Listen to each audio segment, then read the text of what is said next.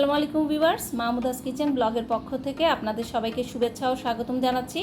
আশা করি আল্লাহর রহমতে আপনারা সবাই সুস্থ এবং ভালো আছেন। আজকে আপনাদের জন্য একটি উপকারী রেসিপি নিয়ে এসেছি, সেটি হলো আস্ত কবুতরের রোস্ট। চলুন দেখা যাক কিভাবে তৈরি করা যায়। আস্ত কবুতরের রোস্ট করার জন্য আমি নিয়েছি 5টি কবুতরের বাচ্চা, একটু ছোট সাইজের হয়। আপনারা যদি পরিমাণ বেশি দিয়ে থাকেন তাহলে মশলার পরিমাণটাও সেভাবে করে বাড়িয়ে কমিয়ে দেবেন। কবুতরগুলোকে ধুয়ে পরিষ্কার করে নিয়েছি, কবুতরের ভিতরের ময়লাগুলোও পরিষ্কার করে নিয়েছি। এখন যাব মূল রান্নায়। চুলায় একটি হাঁড়ি বসিয়ে দিয়ে দিচ্ছি তাতে হাফ কাপ পরিমাণ সরিষার তেল। এই রেসিপিটি আপনারা চাইলে অন্য যে কোনো কুকিং অয়েল দিয়ে করতে পারেন। তেল গরম হয়ে আসলে দিয়ে দিব 2টি পেঁয়াজ কুচি,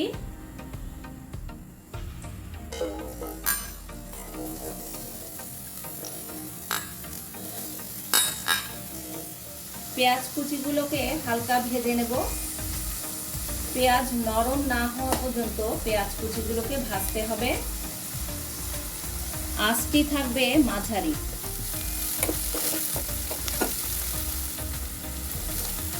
পেঁয়াজ কুচিগুলো হালকা ভাজা হয়ে গেছে।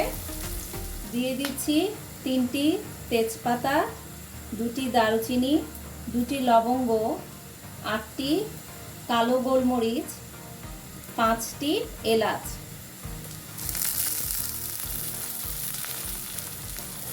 মশলাগুলো দিয়ে হালকা ভেজে নিতে হবে।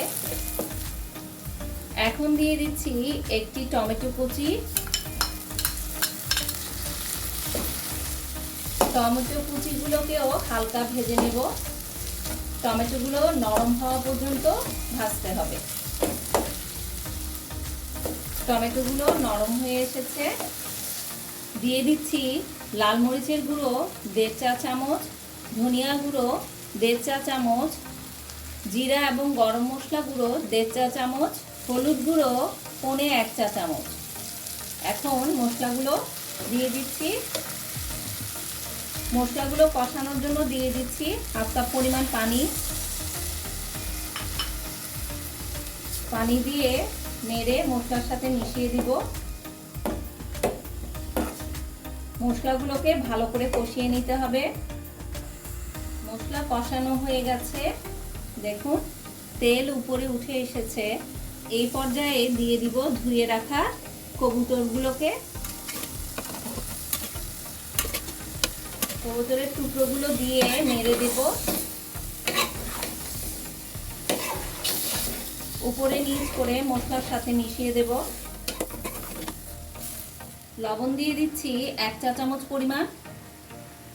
আপনারা আপনাদের পরিমাণ মতো দিয়ে নেবেন। নেড়ে দেব, আঁচটি একটু কমিয়ে দেব।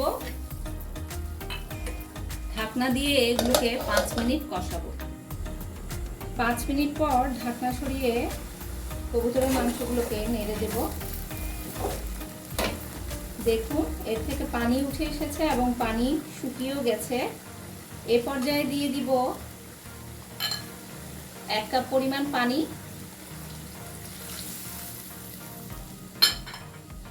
পানি দিয়ে নেড়ে দেব।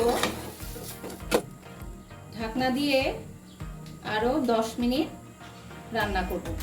কবুতরের মাংসগুলোকে দেবার পর দিয়ে দিচ্ছি আদা বাটা 1.5 চা চামচ, রসুন বাটা 1.5 চা চামচ। আপনারা চাইলে মাংস দেবার আগেও দিতে পারেন, আমি ভুলে গেছিলাম তাই এখন দিয়ে দিচ্ছি। দিয়ে এগুলোর সাথে নেড়ে মিশিয়ে দেব।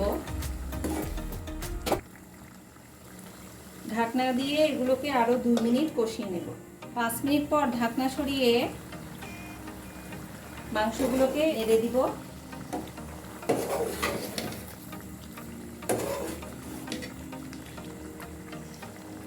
আবার ঢাকনা দিয়ে আরো 5 মিনিট রান্না করব। 10 মিনিট পর ঢাকনা সরিয়ে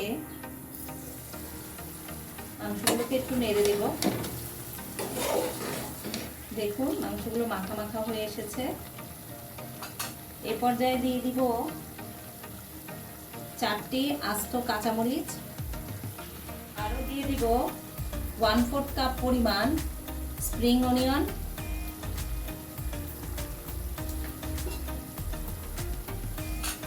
এগুলো দিয়ে নেড়ে দেব।